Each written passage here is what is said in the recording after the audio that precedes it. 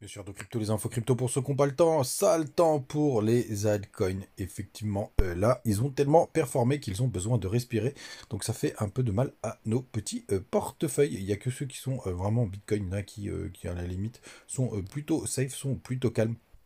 On va regarder ça ce matin, vidéo très matinale, puisque de retour de Dubaï, décalage horaire oblige les gars, et de retour sur Instagram et Twitter, le Twitter officiel, puisque j'avais pas mon setup, je l'avais pas pris là-bas. Tout simplement, du côté du BTC, ultra stable, 43 685 dollars, Ethereum qui baisse un petit peu, mais rien de bien méchant. On a BNB qui corrige de 4,5%, qui retouche les 300 dollars. Missile Sol qui est repassé sous les 100 dollars, qui perd 7,3%.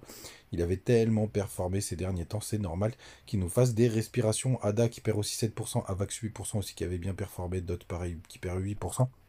Il y a vraiment rien de très très beau dans ce top 50 ce matin. On a ICP qui perd 10%, lui aussi a fait de très très belles performances. NIR qui en perd 13, on a juste Lido en positif à la 32e position, 4%. Le reste du tableau, ça sert à rien de passer des heures dessus. Je vous laisse regarder en direct live. C'est très très moche, mais je pense que vous avez la même chose à la maison. Du côté du BTC, je vous disais hier qu'on était vraiment dans cette zone où on peut avoir vraiment ce retournement. Pour l'instant, on n'arrive pas à le passer, hein, vous voyez. Regardez, si on se met... Ouais, attends, on va passer en 4 heures, ce sera peut-être un peu plus joli pour vous. Hop, vous voyez, là, ici, on a fait une petite incursion haussière dans ce gros range pour aller chercher la liquidité. On a fait un M à l'intérieur. Ici, on descend, pullback sur la zone de haut du range. C'est très intéressant de voir ça. Hop, et on essaye de faire refaire un nouveau plus haut ici. On n'y arrive pas. Donc, on va voir ce que ça va donner. Si jamais on vient breaker sous les 41 500, on pourra avoir un bel appel d'air. Je vous cache pas que je suis pas très safe en ce moment là sur BTC. Je pense que ce serait vraiment un bon moment pour avoir la correction. Le calme un peu avant la tempête. Là, pour l'instant, on a quand même un support de la Tenkan, qui est juste là, la petite droite bleue, la petite courbe bleue qui fait office de support. On va voir ce que ça va donner. On a toujours ces 0,382 qui sont jusqu'aux 34 000 dollars.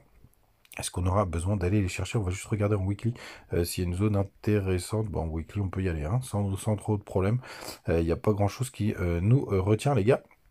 Donc, grande méfiance, mais bien évidemment, ça peut aussi nous faire des trucs sympathiques si ça a envie de pump. Surtout, je ne fais rien pour le moment avec les ETF qui arrivent. D'ailleurs, je vous le partageais sur le Twitter ce matin suite à un tweet du trône. Pour moi, c'est vraiment un peu fou de shorter maintenant, alors qu'à tout moment, on peut avoir la news de l'ETF qui sort pour le coup. Et je pense que les gens sont un peu lassés. Je trouve ça un peu trop long comme réponse. C'est pour ça que c'est plutôt calme. Mais j'aimerais bien qu'on aille chercher ces 39 000 juste avant d'avoir la news de l'ETF. Ce serait quand même un peu plus sympathique, un peu plus bullish. En tout cas, le BTC, on le voit bien ici, Bitcoin Dominance, qui rebondit très très fortement. Regardez comme c'est beau. Il a repris quasiment allez, 3 points et demi. Là, il vient retester une trendline qu'on a pas mal touché juste là, qu'on a tapé là, qu'on a tapé là, etc. Qui était un peu moins propre avant, mais on voit quand même qu'elle a fait, malgré les fake out, qu'elle a été quand même un petit peu, c'était une zone assez travaillée. On est en train de retaper dessus. Donc si on arrive à la rebreaker, ça voudrait dire que Bitcoin reprend de la force par rapport aux altcoins, hein, parce que la Bitcoin dominance, c'est ça, c'est la force du BTC par rapport au reste de tout le marché crypto. Ou alors, si jamais on se fait corriger, ça voudrait dire que les alts repeignent du poil de la bête, ce qui serait pas impossible parce qu'ils ont quand même pris assez cher. Du côté de la map de liquidité, qui est intéressant quand même à regarder ce matin, hop, si ça veut bien fonctionner.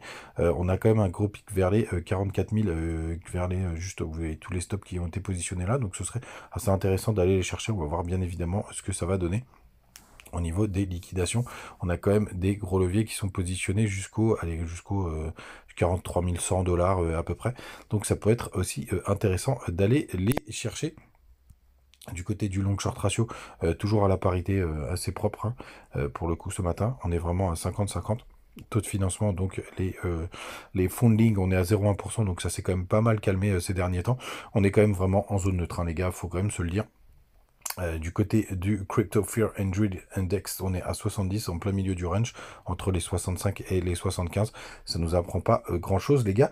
Donc là, pour l'instant, un peu attentiste, hein, ça sert à rien de se raconter beaucoup de choses et de parler dans le vent. En attendant, n'hésitez pas à nous rejoindre du côté de notre ami Telegram. On continue d'être de plus en plus nombreux. On a atteint les 500 personnes, ça fait plaisir.